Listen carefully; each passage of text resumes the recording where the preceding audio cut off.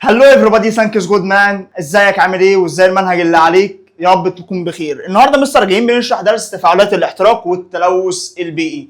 عايز اقول لك ان انت هتلاقي مذكره اسفل الفيديو ده، بس ما تنساش تتابع معانا الفيديو. هتلاقي قناه التليجرام عايز تتابع عليها كل حاجه. تمام؟ يلا تابع معايا. يلا طب ما تيجي نشوف كده الدرس بتاعنا بيتكلم عن ايه يا حبيب قلبي.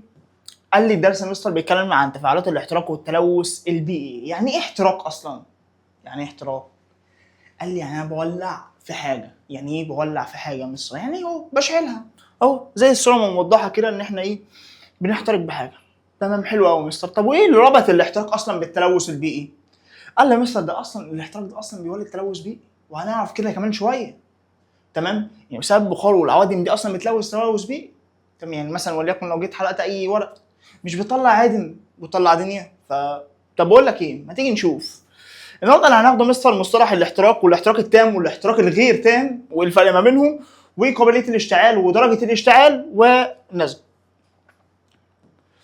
بص، اول حاجه بدأ لي كده بمثلث الاحتراق. طبعا كنت اخد مثلث الاحتراق ده فين يا مستر؟ كنت اخدينه في تانية اعدادي الترم التاني، وجاي بيراجع لي عليه كده يا مستر ونشوف الدنيا فيها ايه. بص كده، يلا بقى نظبط القلم بتاعنا. ايوه حلو كده. قال لي مستر مثلث الاحتراق ده بيتكون من 3 حاجات. طب ايه هم مستر؟ قال لي اكسجين وحراره وايه تاني مستر؟ ووقود. لو واحده اتخلت عن واحده خلاص مش هينفع يحترق. يعني دلوقتي لو شلت الاكسجين، لو شلت الاكسجين خالص كده ما بقاش موجود، هل دلوقتي ينفع اصلا الحراره والوقود يعملوا احتراق؟ لا والله يا مستر ما ينفعش. طب انا دلوقتي مثلا لو شلت الحراره، هل ينفع اعمل اشتعال بالاكسجين والوقود بس؟ والله ما ينفع. طب دلوقتي مثلا لو شلت الوقود، الحراره والاكسجين، هل ينفع تعمل احتراق؟ لا برضه يا مستر. عامل زي ايه مثلا؟ دلوقتي انت كطالب ثالثه اعدادي، همثلك بانك كطالب وليكن هنا في مذاكره وتاني وهنا المنهج، وهنا ايه تاني يا مستر؟ وهنا مثلا وليكن الطالب. تمام، دلوقتي يا مستر اخبي الطالب اهو، خبيت الطالب. ايه اللي حصل؟ بقى عندي مذاكره ومنهج. هل ينفع دول الطالب ينجح فيهم؟ لا مش هينفع. مش هينفع يدخل الامتحان. يعني الطالب لو ما راحش الامتحان ايه اللي هيحصل؟ مش الطالب هيسقط؟ مش عارف يدخل الامتحان. طب دلوقتي مثلا الطالب والمنهج، دلوقتي الطالب وقاعد جنبه الكتاب، هل ينفع اصلا يمتحن؟ او ينفع مع راح الامتحان؟ هل هو ذاكر اصلا؟ ما ذاكرش، فكده بالتالي هيسقط. صح ولا غلط؟ فكده مش هينفع يذاكر. طب دلوقتي لو المنهج مثلا ما نزلش، هيروح يمتحن على ايه؟ مش هينفع برضه. فما اكتملتش العمليه التعليميه. فكده بمعنى اصح ما اكتملتش العمليه التعليميه، فانا كده بالنسبه لي مش هعرف امتحن. نفس الكلام هنا في مثلث الحراره. اللي حصل معايا يا مستر ان انا عندي دلوقتي الحراره والوقود والاكسجين، فلو اتخليت عن واحده منهم يا مستر دلوقتي مش هينفع. تمام، مش هينفع خالص. فاللي بيحصل معايا عشان نظبط دنيتنا لازم يكونوا ال3 كلهم موجودين. لازم ال3 كلهم يكونوا موجودين. ولو ال3 مش موجودين يا مستر دلوقتي اللي هيحصل معايا مش هينفع احترق. تمام ولا ايه الدنيا؟ اتمنى بس ان انت تكون بتذاكر كده وتظبط دنيتك علشان المنهج يعني مش هين. اديني قلت لك. تمام. قال لي يا مستر اهو، بيقول لي ماذا يحدث عند تغيب احد العناصر؟ ماذا يحدث؟ هقول له لن تتم عمليه الاحتراق. تمام اهو. بيقول لي جايب لي دلوقتي تجربه معانا. التجربه عباره عن ان هو جايب لي كوبايتين، الكوبايه الاولى فيها ميه والكوبايه الثانيه ما فيهاش ميه. وخلي بالك الاثنين كوبايات ورق، كوبايات اللي هي بتاعت القهوه، اللي انت لما تروح القهوه يديك القهوه في تيك اواي كده مثلا. فايه اللي بيحصل معايا دلوقتي يا مستر؟ قال لي انا دلوقتي هحطهم على شمع. تمام، شمعتين وهو حط في واحده منهم ميه. تمام، مفيش مشكله يا مستر. طب ايه اللي حصل معايا؟ دلوقتي اللي حصل معايا ان انا لقيت واحده منهم بتشتعل الاول. طب مين يا مستر اللي بتشتعل الاول؟ قول لي في الكومنتات، بعد كده تعالى اتفرج على الفيديو قبل ما اقول لك. خمن كده مين بقى فيهم اللي هي فيها الميه الاول، ولا اللي فيها، ولا اللي ما فيهاش ميه. يعني دلوقتي كوبايه فاضيه وما فيهاش اي حاجه، مين اللي هيحترق الاول؟ اللي فيها الميه ولا اللي ما فيهاش الميه؟ طب بقول لك ايه، يلا نشوف. قال لي يا مستر اللي بتحترق الاول اللي هي اللي فيها ايه؟ انت مستني اقول اللي فيها ميه؟ لا اكيد طبعا اللي ما فيهاش ميه. صح ولا غلط؟ صح يا مستر. حلو قوي. طب قال لي لا يبدا الاحتراق الا عند وصول درجه الاشتعال. مين بقى هنا اللي هيوصل درجه الاشتعال الاول؟ قال لي مثلا اللي هيوصل درجه الاشتعال الاول اللي هو الكوبايه اللي هي ديت. ليه يا مستر؟ علشان دي عقبال ما توصل لسه هتقعد تسخن الميه عقبال ما توصل لدرجه الاشتعال. صح ولا غلط؟ صح يا مستر. حلو قوي الدنيا دي. فهو قال لي ده ايه هي درجه الاشتعال؟ قلت له يا مستر درجه الاشتعال هي اقل درجه اهو، اقل درجه حراره يجب ان يتصل اليها الماده لتبدا في الاشتعال وتستمر في الاحتراق تلقائيا. يعني دلوقتي اول ما اديها الحراره توصل لدرجه الاشتعال، بعد ما توصل لدرجه الاشتعال ادينا وصلت لدرجه الاشتعال تبدا ان هي تحرق نفسها تلقائي منها لنفسها. تمام؟ اديني وضحت لك الدنيا. طب ايه قابليه الاشتعال؟ قال لي يا مستر قابليه الاشتعال هي تعبر عن مدى سرعه انتشار سرعه اشتعال الماده عند درجه حراره المحيطه بيها. ازاي كده يا مستر؟ قال لي يا مستر دلوقتي مثلا وليكن انا جبت ورقه مبلله، هل ينفع تشتعل؟ لا. ليه يا مستر؟ عشان المحيط اللي جنبها ما ساعدهاش، فدي مش قابله للاشتعال. اقول لك حاجه ثانيه. دلوقتي مثلا وليكن جبت ورقه وبعد كده رحت ولعتها، ايه اللي حصل؟ بس ورقه دراي اللي هي ورقه خلاص بارده مفيش اي حاجه. ايه اللي حصل فيها يا مستر؟ قال لي ان هي هتشتعل. طالما قلت ان هي هتشتعل يبقى كده اللي حصل معايا ان الدنيا بقت قابله للاشتعال. صح ولا غلط؟ صح يا مستر. حلو قوي. طب قال لي يا مستر ايه هي المواد القابله للاشتعال؟ قال لي يا مستر زي البنزين والكحول. يعني دلوقتي يجي لك سؤال مستر اهي المواد القابلة للاشتعال نقط ونقط. اقول له البنزين وايه تاني مستر؟ والكحول. حلو قوي. قال لي دلوقتي في عندي، قال لي ودي بتوصلنا في مواد ملتهبه ودي بتوضع في على الخزانات التي تحتوي على علامات تحذير الخطوره. اهو دلوقتي يا مستر دلوقتي وانت ماشي على الطريق الصحراوي مثلا وليكن او مصر طريق اسكندريه مصر الصحراوي، هتلاقي في عربيات جايه ببترول بيحطوا عليها مستر العلامه دي علشان بيقول لك ان دي مواد قابله للاشتعال. خلاص بلاش دي. لو جبت دلوقتي ازازه رادون اللي هي الازازه اللي فيها الاشتعال دي اللي هي بتاعت البخاخات بتاعت الدبان، هتلاقي مكتوب كده من ورا العلامه دي. ليه يا مستر؟ قال لي ان دي بتوضع على العوامل الملتهبه اللي هي ايه؟ اللي هي بتشتعل بسرعه. تمام؟ حلو قوي.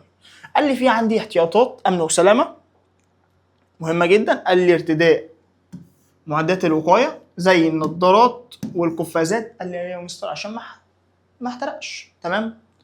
قال لي ابعاد المواد القابله للاشتعال، دي اول حاجه. تاني حاجه وتجهيز ادوات المعمل للاطفاء في حاله حدوث طوارئ. يعني دلوقتي يا مستر لو جيت المعمل اولع فلازم يكون فيه اصلا حاجات للاطفاء، اكيد مش هسيب المعمل يولع كده. تمام؟ حلو قوي. قال لي تطبيقات الحياه. قال لي دلوقتي يا مستر عند اشعال عود ثقاب مشتعل، اشعال عود ثقاب. عود ثقاب يعني عود كبريت. تمام؟ ايه اللي بيحصل يا مستر؟ هو بيتحك اشتعل. قال لي تحتوي رؤوس عود الثقاب على عده من المركبات الكيميائيه من اهمها عامل مؤكسد. يعني ايه عامل مؤكسد يا مستر؟ يعني بيحصل له عمليه اختزال. يعني ايه اللي بيحصل فيه؟ يعني بيزود له، بينتزع منه الاكسجين وبنزود له الهيدروجين. حلو قوي. اهو عندي يا مستر بيقول لي مثل كلورات البوتاسيوم اللي هي رمزها KClO3. دي رمزها مهمه جدا واسمها كلورات البوتاسيوم. حلو قوي. الدنيا جميله كده، الدنيا تمام. قال لي ومواد سريعه الاشتعال بالاضافه الى مواد لاصقه ومسحوق الزجاج او الرمل. تمام، حلو قوي يا مستر. قال لي بينما يحتوي الجانب العلبة على الفوسفور الأحمر اللي هو ده. يبقى كده دلوقتي يا مستر أنا عندي عود الكبريت محتوى على إيه؟ قال لي مادة كلورات البوتاسيوم. حلو قوي. أما قال لي العلبة دي محتواها على إيه؟ قال لي محتواها على فوسفور الأحمر. تمام، يعني دلوقتي عندي معلومة مهمة كده. قال لي كلورات البوتاسيوم رمزها KClO3، اسمها كلورات البوتاسيوم. مهم جدا. تمام. اما قال لي الفوسفور ده موجود فين؟ قال لي فوسفور احمر. قال لي ده موجود فين؟ قال لي موجود في الحته بتاعت علبه الكبريت الحمراء اللي هي ديت. او لون احمر كده البتاعه ديت اهي، ديت موجود فيها ايه؟ أي حاجة اللي هي الفوسفور. تمام؟ حلو قوي. قال لي يا مستر عند إشعال عود ثقاب تتسبب الحرارة الناتجة عند الاحتكاك في تحويل كمية ضئيلة من الفوسفور الأحمر إلى فوسفور أبيض الذي يشتعل تلقائيا في الهواء. يعني أنا دلوقتي اللي بيحصل إيه؟ قال لي الفوسفور الأحمر ده بيتحول إلى إيه؟ فوسفور أبيض. أهو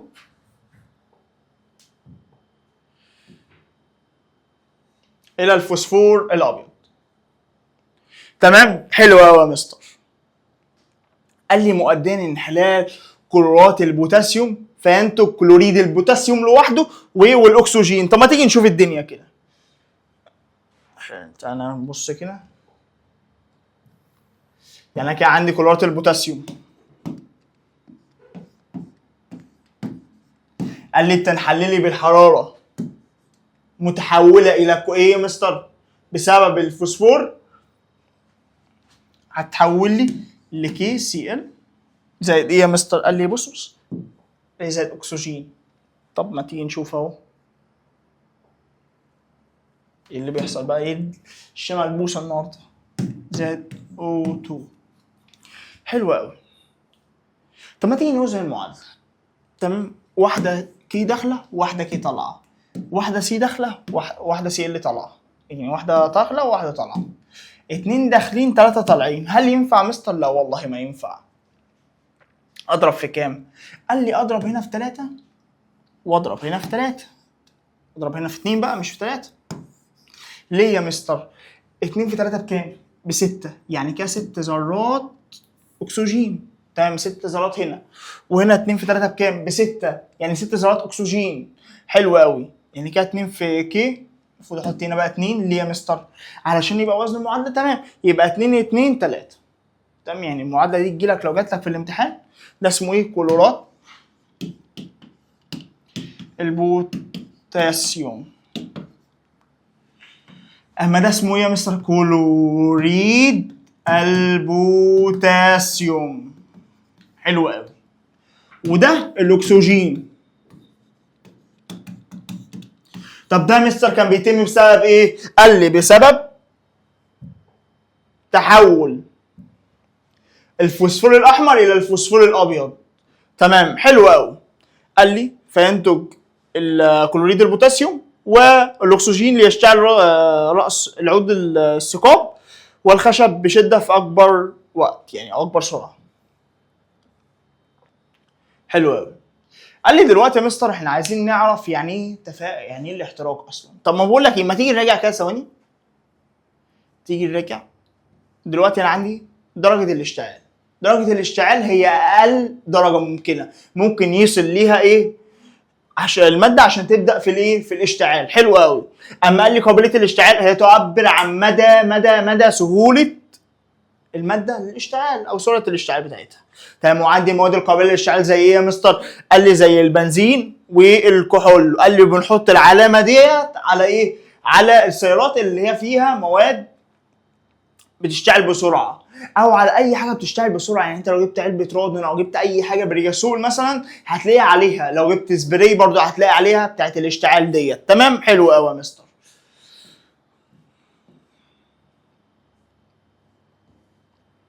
طب ما نيجي نشوف تفاعل الاحتراق. قال لي ايه هو الاحتراق؟ قال لي هو تفاعل كيميائي بين ماده واكسجين ينتج عنه حراره او ضوء او كلاهما، وتنتج عن مواد جديده تختلف حسب نوع الماده المحروقه. طب حلو قوي. يعني انا دلوقتي عندي اللي هو قال لي هو تفاعل كيميائي. طب ما انا عارف ان هو اكيد تفاعل كيميائي بين الماده والاكسجين. قال لي اللي هيحصل هينتج عنه ايه؟ ضوء، بس هنا شرط حراره. وكمان يا مستر وقود، صح؟ مش احنا كنا قايلين المثلث كده؟ هنا اكسجين وهنا وقود وهنا ايه تاني؟ ما تقول لي حراره. تمام، فيطلع لي الماده هنا محترقه او متاكسده. تمام، واحنا اخدنا الفرق ما بين الماده المحترقه والماده المتاكسده. لو مش عارف روح اتفرج على الدرس الاول. تمام، يبقى كده هنقول تاني ايه هو الاحتراق. قال لي هو تفاعل كيميائي بين الماده والاكسجين، بين الماده والاكسجين، بين الماده والاكسجين. اكتب ورايا يلا، شايفك وانت ما بتكتبش كده. قال لي هو تفاعل كيميائي بين الماده والاكسجين ينتج عنه حراره او ضوء او كلاهما، وتنتج عنه مواد جديده تختلف حسب نوع الماده المحترقه. حلو قوي. قال لي دلوقتي يا مستر انا هجيب شريط مغنيسيوم متصنفر. ليه مثلا متصنفر؟ عشان ما يتفاعلش مع الجو، ما يكونش متفاعل مع الجو، يعني يكون مغنيسيوم خام وقطعه فحم وايه تاني يا مستر، وملقط حراري ولهب بنزين. لو انت جدع قول لي ايه رمز ايه الحاجات المكونه للفحم؟ انزل اكتب لي كده في الكومنتات وانا هقول لك دلوقتي، بس انزل اكتب لي في الكومنتات تاني قلت لك. قال لي يا مستر مكون للفحم هو عنصر الكربون سي. تمام، قال لي طب ما تيجي نشوف كده الدنيا.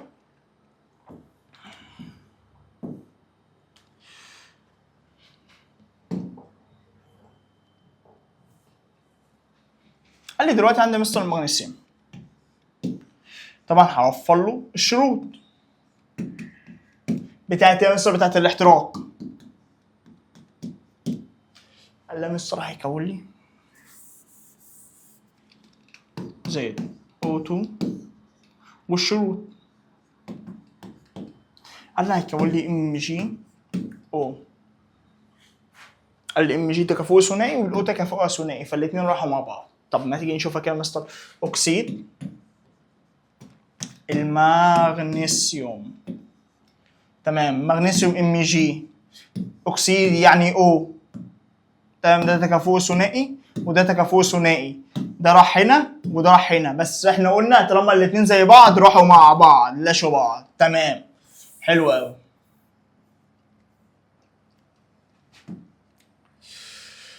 فتيجي نوزن المعادله كده، واحده ام جي داخله وواحده ام جي طالعه، اتنين داخلين واحده طالعه. هل ينفع اضرب هنا في اتنين واضرب هنا في اتنين؟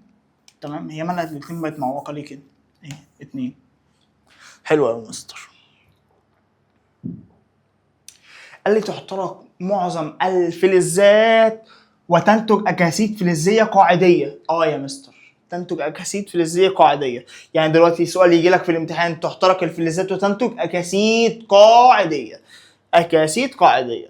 قال لي بعض هذه الاكاسيد يذوب في الماء مكونا محاليل قلويه. مكونا محاليل قلويه. قال لي تحول لون دولة صباغ الشمس الى الازرق. طب اصلا بتحولها من لون ايه لون ايه؟ كنا واخدينها السنه اللي فاتت من اللون الاحمر للون ايه؟ الازرق. ليه يا مستر؟ علشان ده قاعدي او قلوي. تمام، حلو قوي. طب ما تيجي نشوف احتراق اللافلزات. قال لي احتراق اللافلزات يا مستر بيكون لي اكاسيد حامضيه، اما التاني كان بيكون لي اكاسيد ايه؟ قاعديه. الفلزات تكون لي اكاسيد قاعديه، اللافلزات تكون لي اكاسيد حامضيه. يعني دلوقتي اهو ايدي اليمين فلزات اكاسيد قاعديه، ايدي الشمال اهي يبقى ايه؟ اكاسيد ايه؟ حامضيه، لا فلزات. هنا قاعديه وهنا حامضيه، او تحترق معظم اللافلزات وتنتج اكاسيد لافلزيه حامضيه.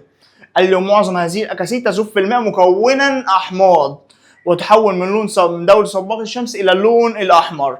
اما الثاني مثلا كان بيحولها للون ايه؟ قال لي مثلا للون الازرق. طب ما تيجي نكتب المعادله دي كده. ادي دلوقتي جبت الكربون اللي هو الفحم زائد O2. اللي هيحصل يا مستر هيكون لي CO2. صح ولا غلط؟ صح يا مستر. بس كده.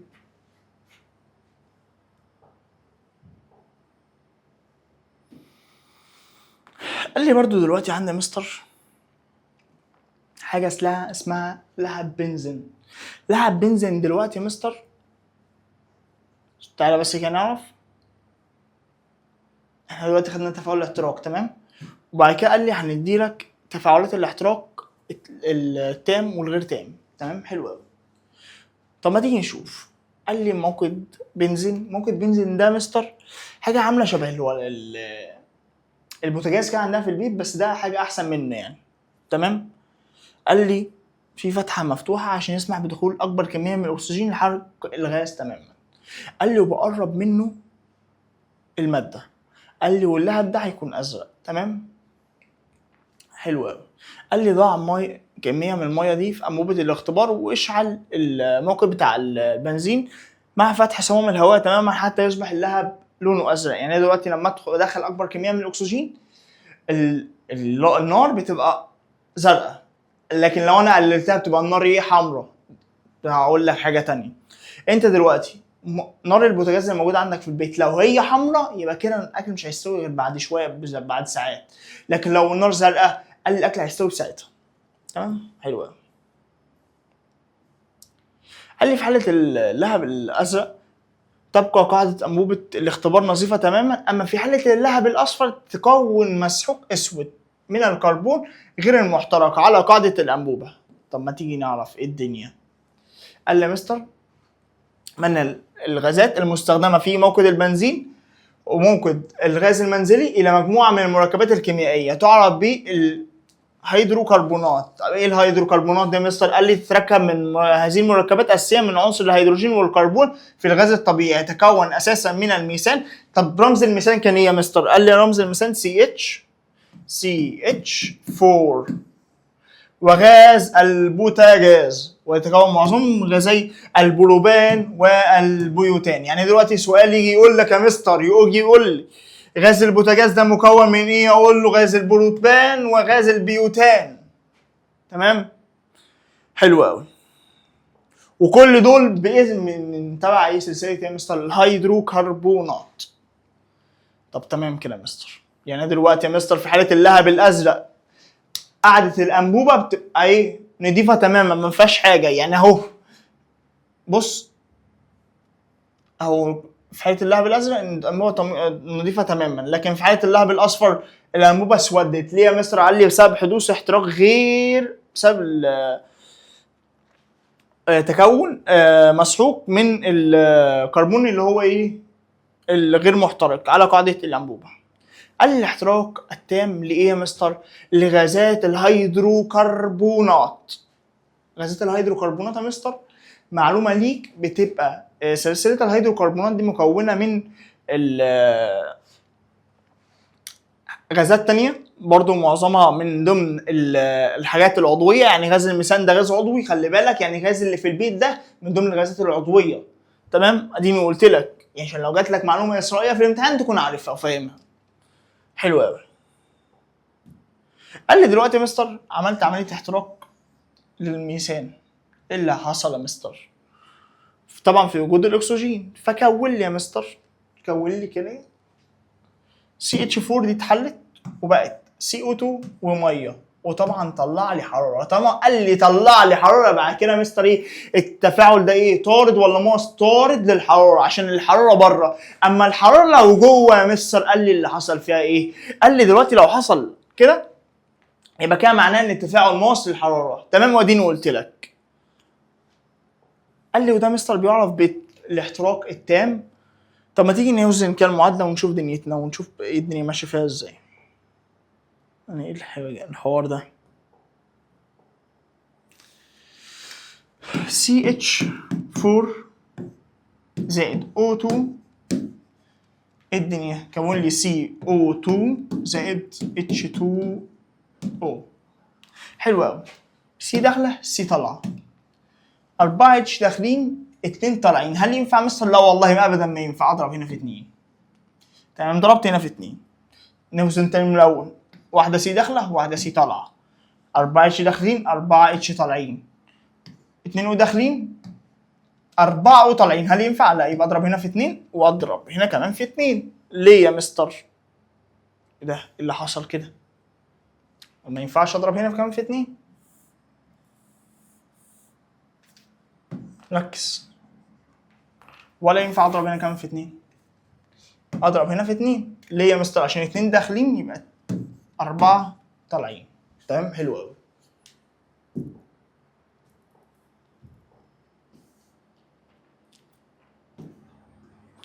قال لي دلوقتي يا مستر الاحتراق الغير تام، قال لي الدنيا فيه، قال لي في حاله عدم توفر كميه كافيه من الاكسجين، وتعتمد نواتج الاحتراق الغير تام على كميه الاكسجين المتوفره للتفاعل في حاله الميثان، وقد ينتج غاز اول اكسيد الكربون اهو، وبخار الميه ونسج، او يعني بخار الميه بيعرف باسم النسيج برضه، احد صور الكربون. تمام، حلو قوي. طب ما تيجي نشوف. قال لي اهو الميثان احترق في وجود 3 جزيئات اكسجين. 3 جزيئات ايه؟ 1 2 3. ايوه صح. طلع لي 2 جزيء CO و4 ميه. تمام، وطلع لي حراره. معنى كده ان التفاعل ده طارد للحراره. تمام، حلو قوي. دلوقتي لما طلع لي اول اكسيد اللي الكربون، اما هنا هيطلع لي الكربون. حلو قوي. دخلت الميثان والاكسجين، طلع لي يا مستر؟ طلع لي كربون وميه. طب ما تيجي نشوف الدنيا كده. انا دلوقتي عندي CH4 قال لي زائد O2 كون لي CO بس. طب لو كون لي CO2 يبقى كده احتراق تام، اما ده لا، هو كون لي CO بس. زائد يا مستر؟ قال لي زائد ميه CO2. حلو قوي. C داخله C طالعه، 4 H داخلين 2 طالعين. هل ينفع؟ لا. اضرب هنا في 2. تمام ماشي يا مستر. اضرب هنا في 2، فكده لما ضربت في 2 هنا بقت 4 فعلا. تمام، 2 اكسجين داخلين، يبقى كده في 3 طالعين. هل ينفع مستر؟ لا ما ينفعش. يبقى اضرب هنا كمان في 3 واضرب هنا كمان في كام؟ في كام دول؟ لو انا ضربت هنا مثلا في 2 هل ينفع؟ لا يا مستر ما ينفعش. طب اضرب لو ضربت في 3 اكسجين و4، لا ما ينفعش برضو. تمام، يبقى كده اللي يحصل معانا ايه؟ يعني كده معناها ان انا اضرب هنا، ضربت هنا في 2 فبقى ده كام؟ بقت 4. تمام، وهنا 4 داخلين، 6 اكسجين داخلين، 3 طالعين. هل ينفع؟ لا يا مستر. هنشوف بقى نعمل ايه. نضرب هنا في 2، لما ضربت هنا في 2 نضرب هنا كمان في 4 بلد الاثنين، ونضرب هنا كمان في 2. ليه يا مستر؟ علشان الهيدروجين يتأثر. تمام، والكربون ده برضو اتأثر معانا. حلو قوي. بعد كده في عندي CH4 زائد O2 كون لي C زائد H2O. حلو قوي. طب ما تيجي نشوف الدنيا. C داخله C طالعه، 4 داخلين 2 طالعين. اضرب هنا في 2. حلو قوي. O داخله 2 O داخلين 2 O طالعين. بس الدنيا ظبطت معانا.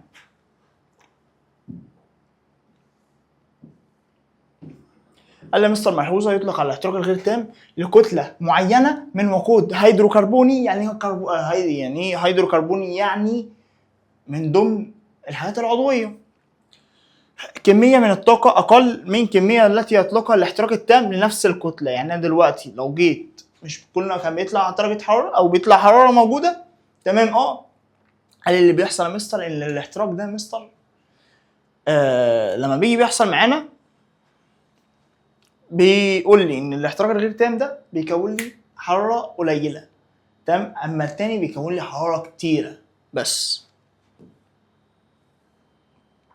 قال لي تطبيق حياتي، لون اللهب وكفاءه التسخين. دلوقتي يا مستر قلت لك ان كفاءه التسخين بتاعت اللون الاحمر ده اكيد اقل من كفاءه تسخين اللون اللي هو بتاع الازرق. قال لي اللون الازرق ان توفر كميه من الاكسجين تكفي لحدوث الاحتراق التام للغاز، وينتج هذا الاحتراق ثاني اكسيد الكربون وبخار الماء بالاضافه الى كميه كبيره من الحراره تساعد على طهي اسرع للطعام. قال لي وقد يكون لون لهب اصفر او برتقالي. تمام، طالما قلت اصفر او برتقالي يا مستر يبقى كان اللي حصل معايا ايه؟ ان درجه الحراره قليله. اما لو كده يا مستر درجه الحراره ايه؟ كبيره. تمام، وبس كده، واشوفكم في الجزء الثاني بتاع الدرس ده. اشوفكم بكل خير، كان الله بالسر عليه. مع السلامه.